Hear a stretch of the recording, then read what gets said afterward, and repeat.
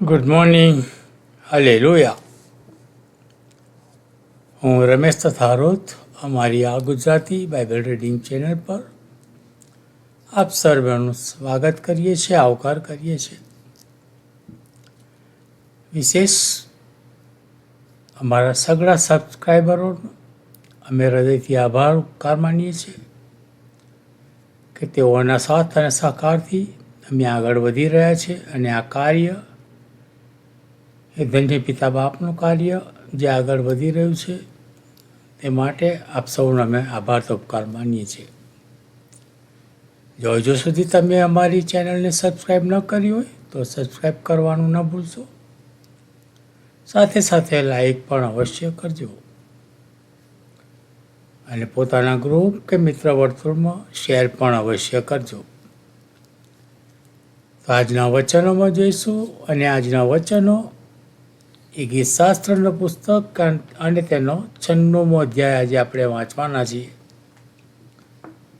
એક ટૂંકી પ્રાર્થના કરીશું અને આજના વચનોમાં જઈશું.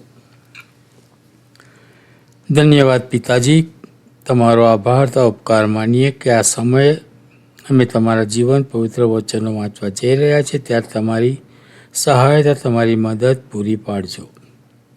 તમારી આશીષની વર્ષા વચનો પર થાય એવી કૃપા તમે થવા દેજો. આ વચનો ઘણા લોકો સુધી પ્રસાર પામે તેવી પણ અમે તમારી પાસે કૃપા માગીએ છીએ. વચનો સાંભળનાર સગળા જનોની તમે સહાયતા મદદ કરજો અને તમારી આશીષની વર્ષા થવા દેજો. તમારા હાથોમાં સોંપાતા અમારી વિનંતી તમારા પુત્ર ઈસુ નાજારીના નામમાં તમારી સમક્ષ લાવીએ છીએ. સાંભળો અને તેને માન્ય કરો બાપ. આમીન આમીન. ગીતશાસ્ત્રનું પુસ્તક અને તેનો 96મો અધ્યાય. ઈશ્વર સર્વોચ્ચ રાજા. યહોવાની આગળ નવું ગીત ગાઓ. આખી પૃથ્વી યહોવાની આગળ ગાઓ. યહોવાની આગળ ગાઓ, તેમના નામને સ્તુત્ય માનો. દિન પ્રતિદિન તેમનું તારણ પ્રગટ કરો. વિદેશીઓમાં તેમનો મહિમા અને સર્વ લોકોમાં તેમના ચમત્કાર જાહેર કરો. કેમ કે યહોવા મોટા અને બહુ સ્તુત્ય છે. સર્વ દેવો કરતાં તે ભયાવહ છે.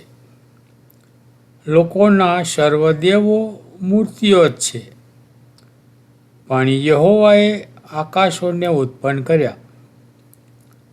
સન્માન તથા મહિમા તેમની સમક્ષ છે. સામર્થ્ય તથા શોભા તેમના પવિત્ર સ્થાનમાં છે. લોકોના કુળો યહોવાની સ્તુતિ કરો. ગૌરવ તથા સામર્થ્ય યહોવાને આપો.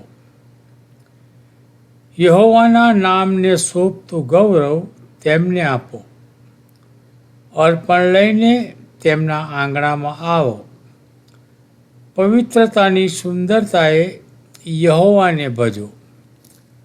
આખી પૃથ્વી તેમની આગળ કંપો. વિદેશીઓમાં કહો, યહોવા રાજ કરે છે. જગત પણ એવી રીતે સ્થાપન કરવામાં આવેલું છે કે તે ખસેડી શકાય નહીં.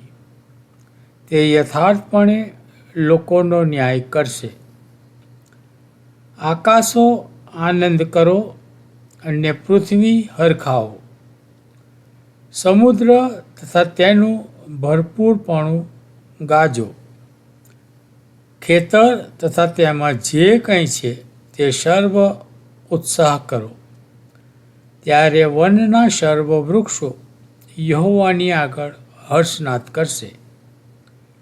કેમ કે તે આવે છે, તે પૃથ્વીનો ન્યાય કરવા આવે છે.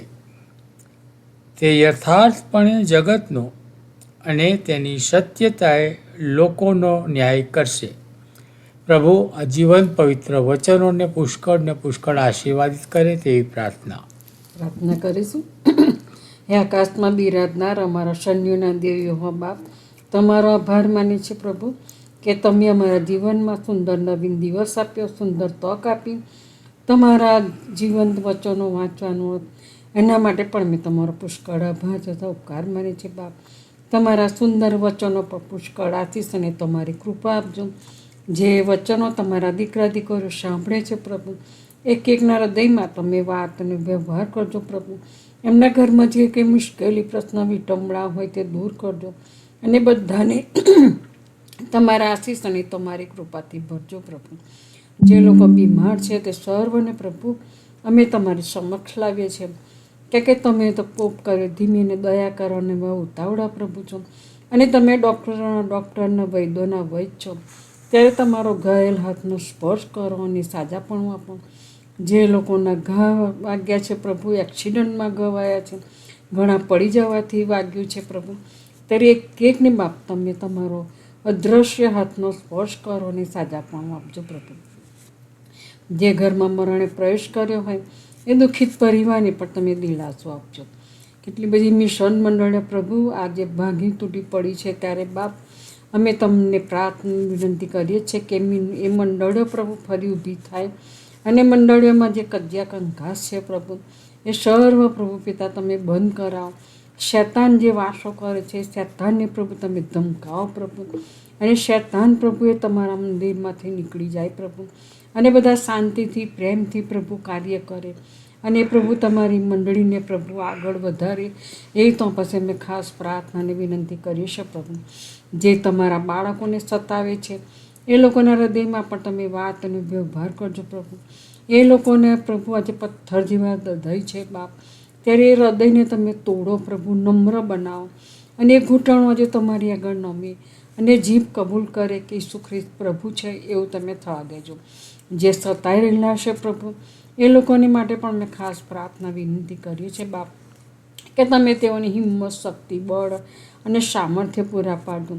એ તમારામાં દ્રઢ રહે પ્રભુ, એમનો વિશ્વાસ પ્રભુ તૂટી ન જાય એવું તમે થવા દેજો.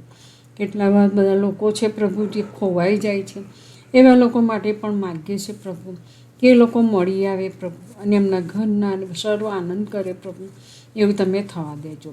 અમારા દેશ અમેરિકાને અને અમારા રાજનેતાઓને પણ તમારા હાથમાં સોંપીએ છે પ્રભુ, કે તમારી આશીષ અને તમારી કૃપા આપજો પ્રભુ.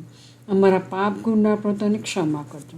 અમે જે કંઈ માગ્યું અમારા તારણહાર ઈસુ ખ્રિસ્તના નામથી માગીએ છીએ, સાંભળો અને સ્વીકાર કરજો બાપ. આમીન.